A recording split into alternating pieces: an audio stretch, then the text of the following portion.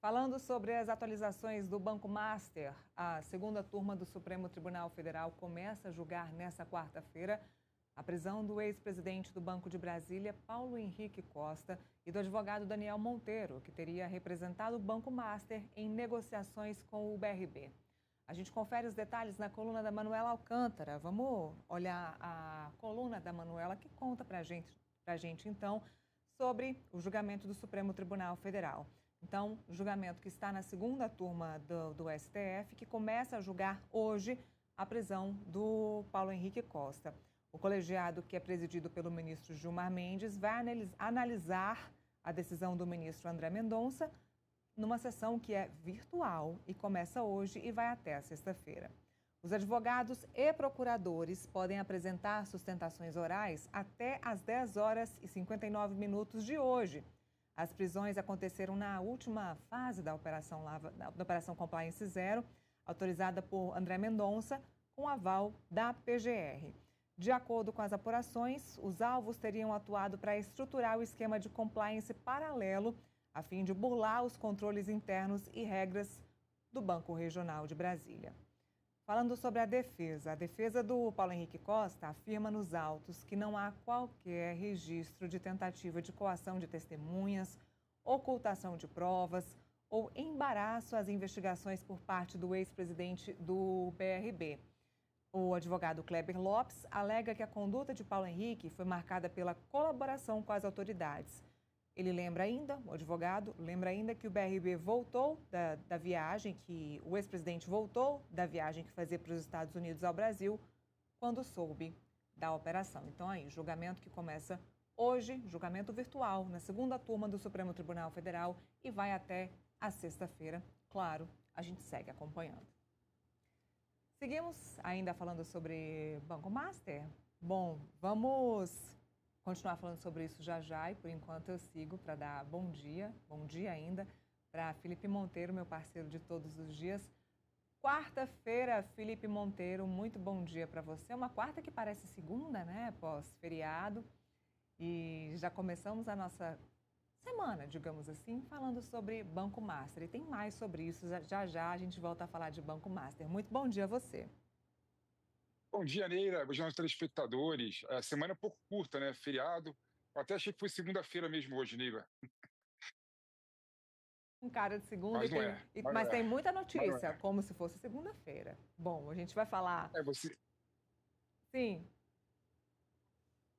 Não sei se você quer que dê uma pincelada nesse abre-alas que você deu aí ou a gente deixa para depois. Você que manda. vamos falar então um pouquinho sobre Banco Master. De qualquer forma, temos a prisão do Paulo Henrique Costa, que movimentou, inclusive Brasília, muita gente preocupada com essa prisão, porque isso significa que Banco Master está atingindo, essa casa de investigação do Banco Master está atingindo gente grande aqui em Brasília. O governador Ibanez Rocha, ex-governador, né, não é mais governador, agora a governadora é a Celina Leão, acabou viajando. Procuraram a defesa do governador Ibanez Rocha, disse que ele não precisava dar satisfações porque ele não é mais uma autoridade.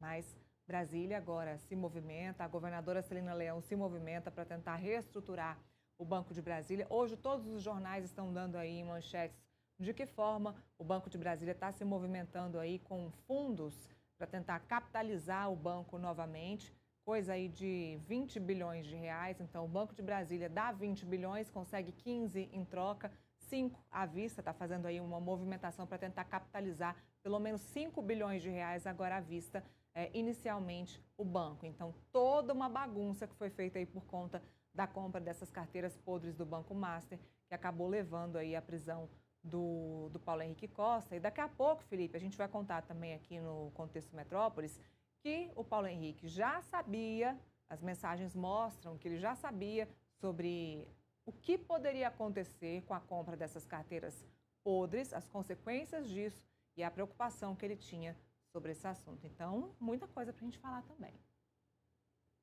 Há muita coisa, Neira, muita coisa. Vai iniciar hoje o julgamento do STF em relação a se manter ou não a prisão, né, do ex-presidente do BRB, o Paulo Costa, do advogado Daniel Monteiro, né, que foi o arquiteto, né, da estruturação para repassar imóveis, né, ao ex-presidente do BRB.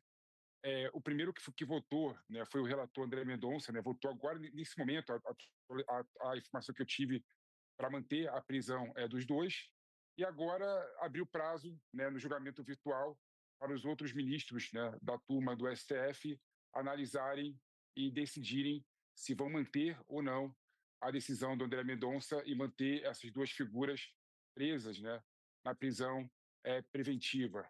É bom lembrar que também, de certa forma, é uma prova de fogo para o André Mendonça. A gente viu que o André Mendonça, naquele assunto sobre a continuidade da CPI do INSS, né, foi voto vencido, e agora, novamente, né, uma decisão do André Mendonça tá sendo colocada à prova. E a gente não sabe como vai decidir o Gilmar Mendes e outros ministros da segunda turma do Supremo Tribunal Federal. Né? Eu acredito que ele deve manter a prisão dos dois, até porque os holofotes ainda estão muito fortes em relação ao Banco Master. Você colocou na nas suas palavras iniciais, né, tem vários temperos, né, em relação ao Banco Master que tem que se desenrolar nas próximas semanas, relacionado com o próprio BRB. Né, o BRB tem que se capitalizar, o BRB tem que se capitalizar muito por culpa desse ex-presidente do BRB e de forma criminosa, né, se associou a Daniel Vorcaro para roubar dinheiro do banco, né, porque o que justifica, né, o BRB ter comprado carteiras podres do Banco Master não foi uma questão técnica, porque qualquer técnico saberia de antemão que é um absurdo comprar essas carteiras podres do Banco Master, mas sim uma questão política. E a questão política teve muita relação com essa cooptação do Daniel Vocaro em relação ao ex-presidente do BRB.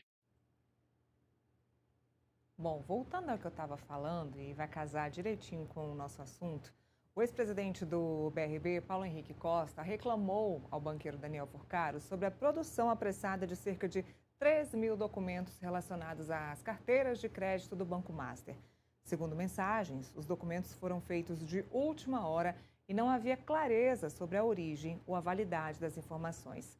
Costa alertou que a falta de documentação adequada representava risco desnecessário e que a operação não poderia prosseguir sem os registros completos, incluindo contratos, lastros e auditorias.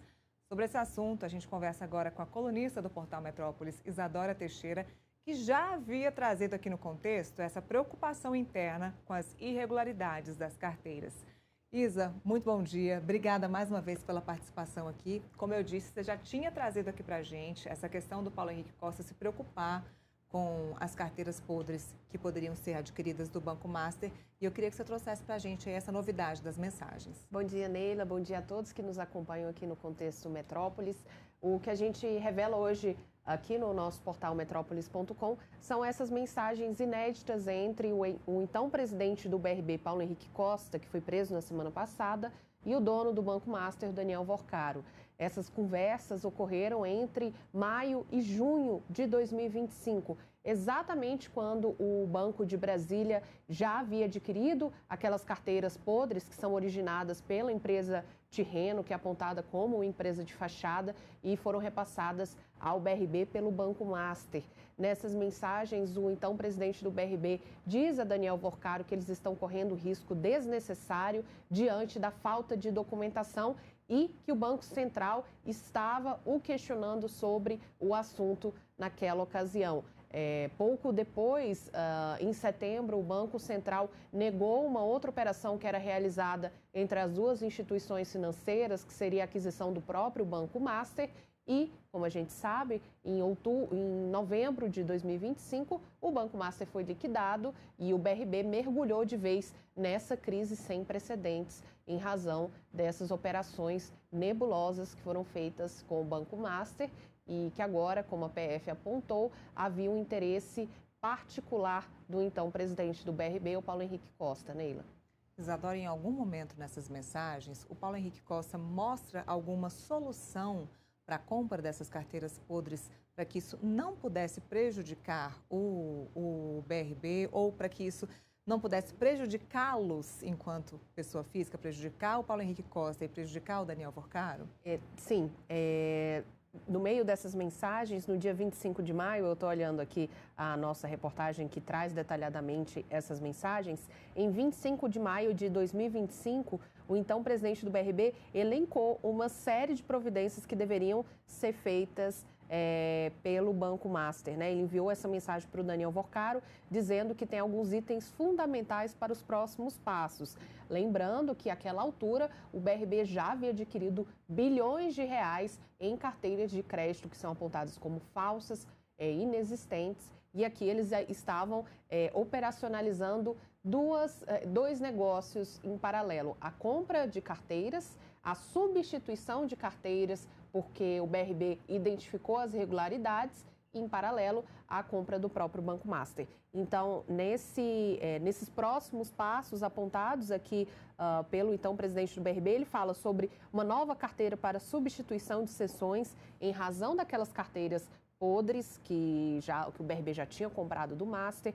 Ele pede o contrato de cessão que estava faltando da Tirreno e do Banco Master. Lembrando aqui que nessa operação que deixou um prejuízo bilionário para o Banco de Brasília, esse nome Tirreno é muito importante, porque, segundo a Polícia Federal, essa foi a empresa que foi criada ali pelo grupo para poder fraudar essas carteiras, ou seja, disse que teria feito essas operações de crédito com pessoas, empresas, mas na realidade não tinha nada, não tinha lastro, não existia nenhum tipo de empréstimo, não existia nenhum tipo de crédito. Por isso que a gente fala que são operações falsas, carteiras de crédito podres, né? E aí o Paulo Henrique pede também envio do analítico do mês de abril das sessões já realizadas, pede a certidão de inteiro teor das CCBs, a cláusula de mandato entre a Tirreno e o Banco Master e o comprovante das averbações.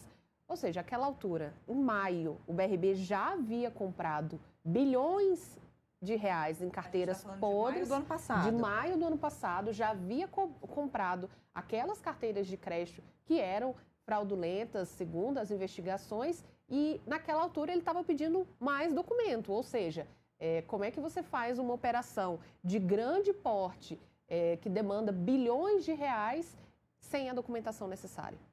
E, além disso, ele pedia mais documentação para tentar criar uma estratégia para que não ficasse ainda pior essa situação. Era isso, né? E naquela altura, como a gente sabe, a Polícia Federal já estava investigando o Banco de Brasília e o Banco Master, essas operações suspeitas, e o Banco Central já sabia também dessas carteiras originadas na Tirreno e que foram repassadas pelo Master ao BRB. O então presidente do Banco de Brasília, o Paulo Henrique Costa, disse, antes de ser preso por meio da defesa, que todas essas aquisições foram realizadas com aprovação do colegiado do Banco de Brasília e que o BRB, assim que descobriu essas irregularidades nos contratos, fez a substituição das carteiras. Isso ele falou, inclusive, em depoimento à Polícia Federal, no dia 30 de dezembro, se eu não me engano, foi no final do ano passado, logo após a primeira fase da Operação Compliance Zero. Ele deu esse depoimento à Polícia Federal, que foi acompanhado também por um juiz determinado pelo Supremo Tribunal Federal. E o Paulo Henrique disse que assim que o BRB descobriu que havia irregularidades nessas carteiras, fez as substituições. Só que o que a Polícia Federal aponta, e apontou agora na quarta fase da operação que ocorreu na semana passada, é que, na verdade, o Paulo Henrique sabia dessas irregularidades e estava se beneficiando irregularmente também por meio do pagamento de propina relacionado àqueles imóveis de 146 milhões de reais. É isso que a acusação, né, que as investigações apontam até o momento. E, no final das contas, não houve a troca dessas carteiras podres. Em algum momento, na verdade, o Banco Master chegou a substituir algumas carteiras, só que o prejuízo ficou com o BRB, porque o BRB pagou em dinheiro, pagou mais de 12 bilhões, na verdade foram 13 bilhões e 300 milhões de reais. A gente deu essa informação na sexta-feira à noite, que foi quando a gente teve acesso a uma ação do BRB em que pede ao Banco Master e ao Daniel Vorcaro e outros envolvidos a indenização exatamente por conta dessas carteiras de crédito podres. O Master chegou a fazer algumas substituições, mas, segundo o que a gente apura, não chega nem perto aí do valor que o BRB pagou efetivamente para o Banco Master. Mas existem alguns ativos que o BRB diz que são positivos e são exatamente esses ativos que o BRB agora tenta vender para um fundo, né? Na sexta-feira foi anunciado, sexta-feira não, segunda-feira foi anunciado esse contrato do BRB com a Quadra Capital, que é uma gestora de fundos lá de São Paulo, para vender esses ativos que restaram no Banco Master no valor de 4 bilhões de reais à vista. É o que eu estava dizendo aqui. É um valor agora que a Celina Leão está negociando, né, para ter esse dinheiro à vista em caixa neste momento, para tentar, então, equilibrar as contas do BRB e trazer credibilidade, né? Trazer credibilidade, mas não é suficiente, Nélia. 4 bilhões, embora seja um valor impressionante, 4 bilhões de reais, não é suficiente para resolver a situação do Banco de Brasília depois desses prejuízos com o Banco Master. O buraco é muito maior e, por isso, o BRB também tenta um empréstimo de 6 bilhões e 600 milhões de reais com um fundo garantidor de crédito e um consórcio de bancos. Então, é uma operação complexa, é uma operação muito difícil de ser resolvida. O BRB está correndo aí contra o tempo, né? Porque tinha que ter apresentado o balanço do ano de 2025 até o dia 31 de março, até o final do mês passado, não apresentou, está sujeito a receber multas do Banco Central em razão de não ter apresentado e não apresentou porque o buraco é muito fundo. Então, se ele apresentasse ao mercado esses dados, seria assim, a condenação do BRB. Então, ele não apresentou, está correndo atrás dessas soluções, como a gente comentou aqui, a venda desses ativos que são considerados saudáveis, que ficaram no Banco Master, no valor de 4 bilhões à vista. Esse valor pode chegar a um pouco mais, segundo quem está participando, pode chegar a 15 bilhões, mas depende de uma série de questões, então seriam garantidos pelo menos 4 bilhões. 4 bilhões à vista, e em paralelo, o BRB espera uma resposta do Fundo Garantidor de Crédito e do consórcio de bancos para um empréstimo de 6 bilhões e 600 milhões de reais. E corre contra o tempo. Então, assim, e enquanto isso, a gente aguarda o relatório do BRB para mostrar para a gente, de fato, qual é esse valor que o BRB perdeu ainda. A gente não sabe, porque não houve esse relatório, ele não foi entregue. Talvez seja o melhor dos mundos para o BRB mesmo. Talvez seja melhor pagar a multa do Banco Central do que apresentar para o mercado, nesse momento, o prejuízo que o BRB teve aí com a compra dessas carteiras do Banco Master. É uma situação muito difícil. Como eu falei, na segunda-feira a gente teve acesso a essa documentação sobre a ação em que o BRB pede indenização ao Banco Master e, inclusive, com o uso do patrimônio do Daniel Vorcaro e de outras pessoas envolvidas. Nessa ação, a gente pegou algumas informações ali referentes especificamente sobre essas carteiras podres. E, na verdade, o buraco é muito fundo, porque uma auditoria independente que foi realizada ali no BRB aponta que, na verdade, as irregularidades ultrapassam o valor de 20 bilhões de reais.